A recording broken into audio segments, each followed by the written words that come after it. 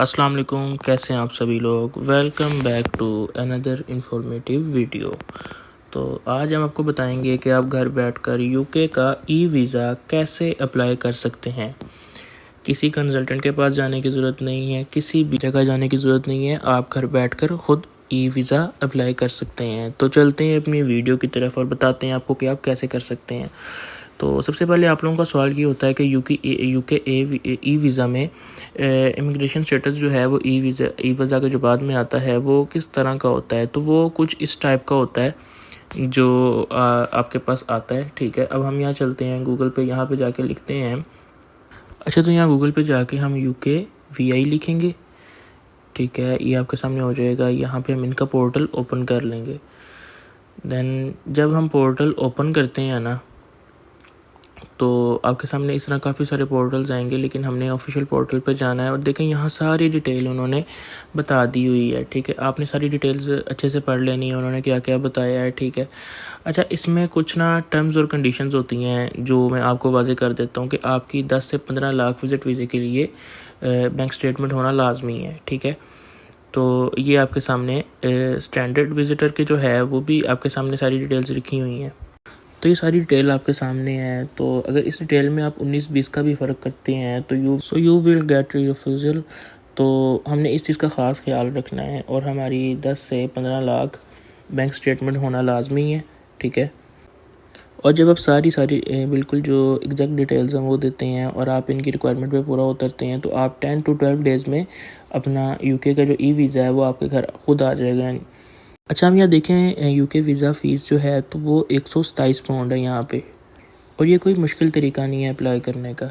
ठीक है, देन हम आगे जाएंगे अप्लाई नाउ पे। तो यहाँ आपने जो है ना कोशिश करनी कि आप किसी भी कंसल्टेंट या किसी भी और बंदे की ईमेल यूज़ ना करें, अपनी ईमेल यूज़ करें।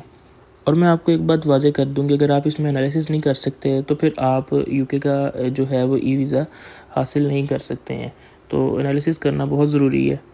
अब एनालिसिस का मतलब यहाँ पे क्या है कि आपकी दो चीज़ें यहाँ पे होना बहुत ज़्यादा ज़रूरी है। मतलब आपकी एनुअल इनकम और एनुअल स्टेटमेंट, जो जितनी भी एनुअल इनकम वगैरह जो है और जो भी आपके एनुअल जो हैं अखराजात इनकम, वो आपकी रिक्वायरमेंट के मुताबिक होना बहुत ज़रूरी है।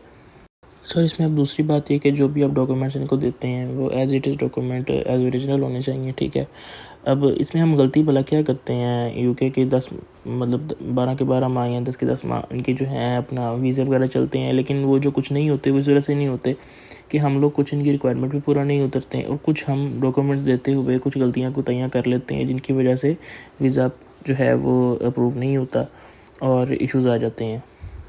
अच्छा, अब यहाँ तीसरा स्टेप ये कि अगर आपकी कोई ट्रैवल हिस्ट्री है और आप मेंशन करते हैं तो फिर आपने वो जो ट्रैवल हिस्ट्री है वो A to Z यहाँ मेंशन भी करनी है, उसकी डिटेल्स भी देनी है। ये नहीं कि आप थोड़ा सा मेंशन कर देते हैं और बस ठीक है, इस तरह की बात नहीं है। अगर आपकी ट्रैवल हिस्ट्री है तो आप लाजमी मेंशन करें और फिर उसको डिटेल में मेंशन करें।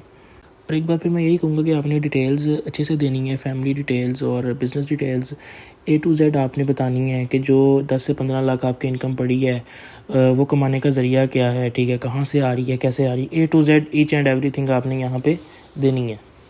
अच्छा, यूके वीज़ा जो है वो अप्रूव ना होने की सबसे बड़ी एक वजह होती है कि हम लोग ये तो बता देते हैं कि हमारे पास जो अमाउंट पड़ी हुई है बैंक में वो इतनी है, लेकिन हम ये नहीं बताते हैं कि वो अमाउंट कहाँ से आ रही है और क्या उसका है सारा।